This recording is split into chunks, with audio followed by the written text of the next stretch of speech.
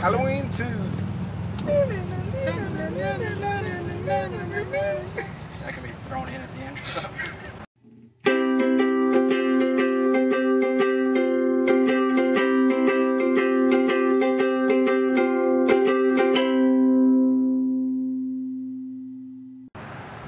I'm Jared, this is Allan. This is the Edge Movie Review Post-Summer Movie Preview Special. Today we're going to take a look at some of the movies that we're anticipating in the upcoming months. And the first movie that's coming up is Inglourious Basterds, opening soon.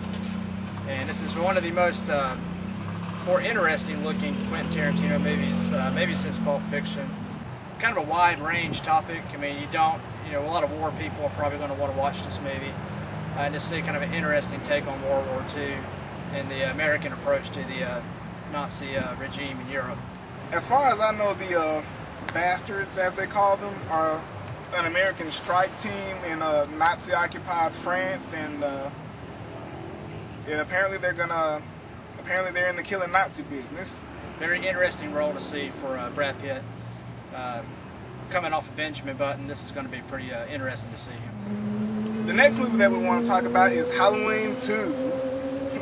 Apparently Michael Myers is not dead, and he's returning with a vengeance. If you've seen the Rob Zombie's original Halloween movie, the remake of the 1978 film, kind of confusing how it's going to continue, but if you are confused, I did get a chance to review it a little bit lately, and watch it again. The ending is not maybe is what you thought it was, and it's going to be an interesting movie. It's completely original.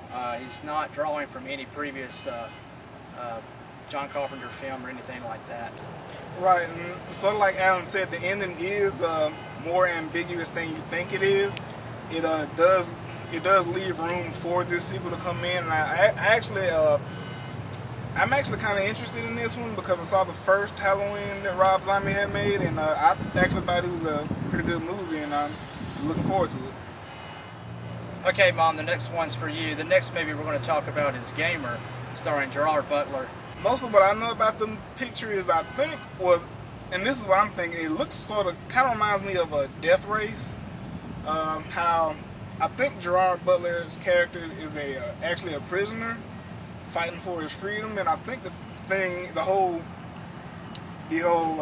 aspect of it is that gamers can control the prisoners and basically make the prisoners their avatars that they control, and they kill people. I think they're in a free-for-all battle arena, and I think if you win so many times, sort of like Death Race, then you get your freedom, and it really looks interesting. I don't think I've really seen anything too much like this, kind of mixing the real world with the gaming community and everything, and being able to be controlled and things like that. It's going to be kind of interesting.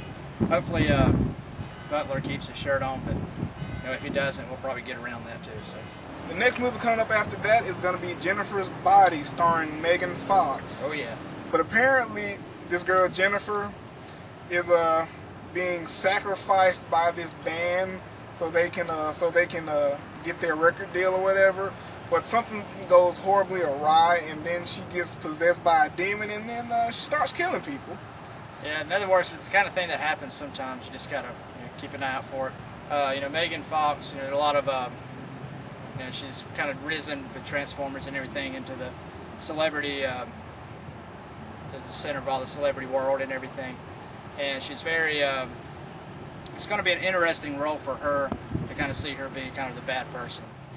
Okay, the next movie we're going to look at is it's the latest movie from Bruce Willis, a very acclaimed actor that a lot of people do like. And it's called Surrogates. And it's another one of those kind of science fiction type of movies where basically it looks like you have the opportunity in the future where maybe not even an opportunity, maybe required to have like another world.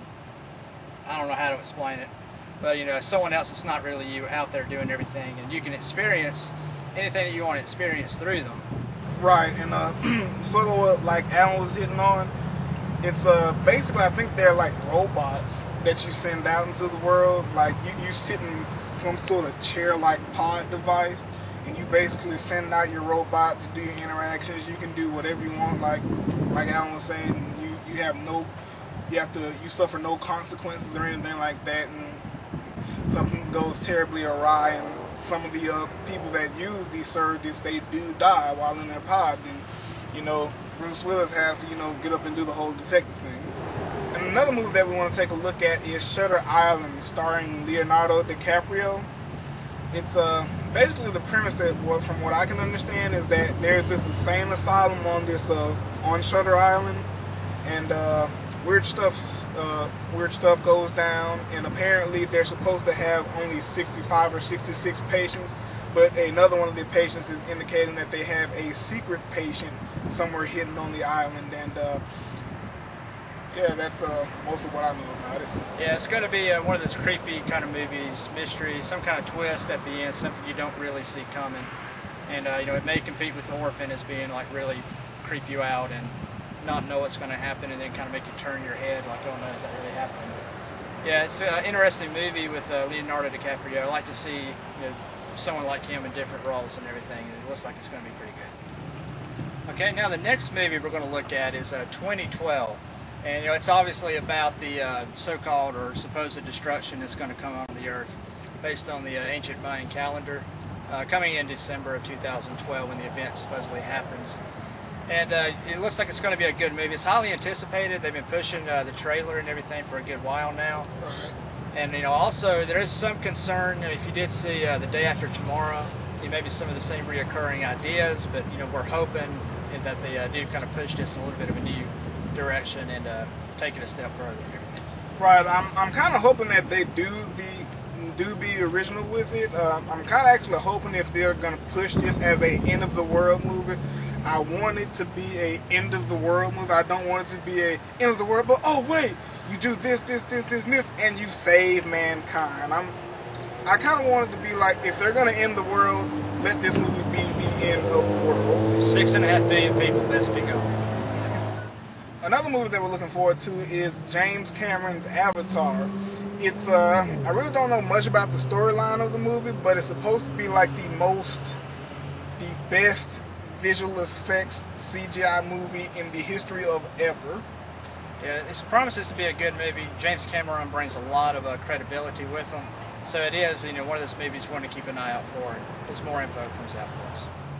Yeah, the next movie we're going to look at is another remake, reimagining, if you would, of Sherlock Holmes, starring Robert Downey Jr. And it's going to be a comedy twist on it. It looks like it's going to be one of the big funny movies of the year, of the season. And the only thing about comedies is, I hope that they don't make the common mistake of putting all the funny stuff in the trailer to where you're not really left with much. But Sherlock Holmes is awesome. Hopefully he'll say, "Elementary, my dear Watson," and all that kind of stuff. So hopefully it'll be cool. I mean, Iron Man as Sherlock Holmes, that's going to be pretty awesome. It looks like it's going to have a little bit of action of adventure twist to it, as well as the comedy thrown in. It looks like it's going to have something for everyone in it, basically. Yeah, it's going to be a good one. Hopefully they stay true to a lot of the original stuff, but also, take it a step further, put their own stuff in there, and make a worthwhile movie. It looks like it's going to be good. Robert Downey Jr. usually doesn't mess up or anything like that. So. Yeah, and if you don't have anything to do on Christmas Day, that's when it opens. So go check it out. And this ends our post-summer movie preview special. We hope you enjoyed it. Yeah, thanks for watching, and always be sure to check us out. And have a great post-summer time at the movies. And more than anything, may the Force be with you.